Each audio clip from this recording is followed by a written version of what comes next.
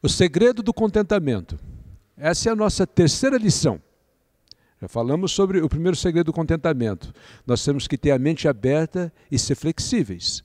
Se você quer viver uma vida contente, você tem que se adaptar a circunstâncias mais diversas, algumas boas, outras ruins. O que você não pode fazer é se tornar uma vítima das circunstâncias. O que você não pode fazer é se vitimizar e achar que você tem que cumprir o papel de Marte nessa vida.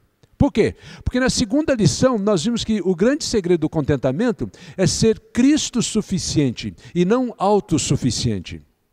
Na terceira lição, a lição de hoje, nós aprendemos outra coisa. Veja o que o apóstolo Paulo diz aqui no mesmo capítulo de Filipenses 4, versículo 19. Ele diz o seguinte: o meu Deus, segundo a sua riqueza em glória, há de suprir em Cristo cada uma de vossas necessidades. Deus é fiel. E a palavra de Deus sempre é cumprida. Quando Ele promete uma coisa, Ele cumpre. Diferente do homem, que às vezes nós prometemos, né, que nós vamos aqui, ou vamos levar o filho lá, e assim por diante, e não fazemos. Deus não. Quando Deus promete, Deus é fiel. E aqui nós temos um cheque em branco, vindo das Escrituras. Essa fidelidade de Deus faz com que Ele nos dê um cheque em branco em Cristo Jesus, para que cada uma de nossas necessidades, cada uma, seja cumprida. Então, o segredo do contentamento, veja só o que Paulo está dizendo para nós, é deixar Cristo suprir.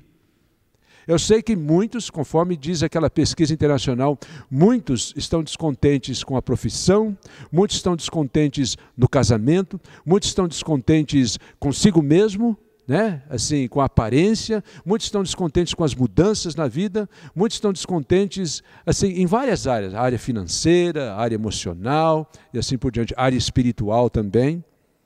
Mas Paulo está dizendo uma coisa, que quando nós batemos numa parede, nós encontramos uma barreira e nós estamos ali enfrentando uma dificuldade, ou nós estamos passando uma necessidade, o que nós precisamos fazer é nos agarrar nessa promessa de Deus.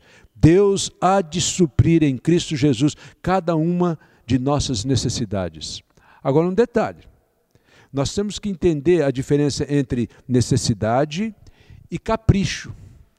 Porque às vezes existe ali uma linha que divide necessidade de capricho e nós não sabemos diferenciar. Então a pergunta que eu faço para mim mesmo é a seguinte: eu posso viver sem isso?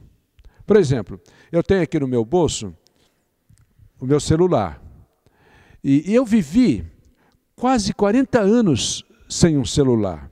E sabe uma coisa? Eu vivia muito feliz. Eu vivia contente, vivia realizado sem esse celular. Agora, a mídia, a sociedade, de uma forma geral, a propaganda, fez eu acreditar que eu preciso desse aparelho, eu preciso do celular. E de fato, quando eu percebo uma coisa, quando eu paro e estudo, né, a minha vida, o meu relacionamento com esse aparelho, esse celular, eu descubro uma coisa, que ele não me fez mais satisfeito, ele não me fez mais contente, uma pessoa mais realizada. O que acontece, na realidade, é que ele veio me trazer mais trabalho. Às vezes eu estou no carro, toco o celular, né, e quando eu posso atender, eu atendo o celular, ou no meu escritório, ou eu estou em trânsito de um lugar para outro. E, em geral, esse celular está me indicando uma coisa: mais trabalho, mais responsabilidade, um compromisso a mais, um convite a mais que está sendo feito para mim.